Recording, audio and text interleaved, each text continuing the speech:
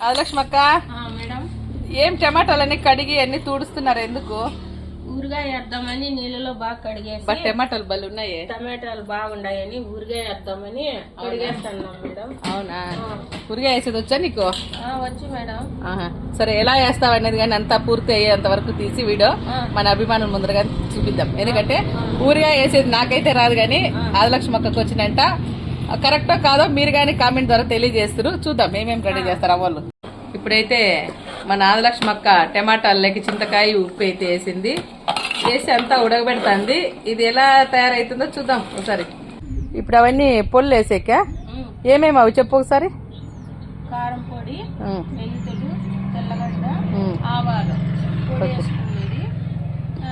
ఊరగాయ ఉడకబెట్టినాము, ఉప్పు చింతపండు వేసి ఉడకబెట్టినాము. ఇవన్నీ పొల్లు వేసి కలబెట్టి దింపేసి చల్లగా అయినాక మళ్ళా తెల్లవాయలు వేసి చిప్పించి చల్లార్చి మళ్ళా దాంట్లో ఊరగాయలు కలుపుకున్నాం. ఓకే, ఇవన్నీ వేయించుకున్నావా? వేయించుకున్నాం మేడం. ఓకే, ఆదిలక్ష్మక్క ఊరగాయ రెడీ అయిపోయిందే? రెడీ అయిపోయింది మేడం. అవునా?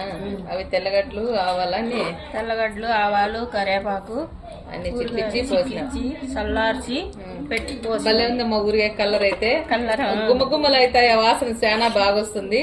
ఇప్పుడు తిని టేస్ట్ ఎలా ఉందో చూద్దాం. చూడండి.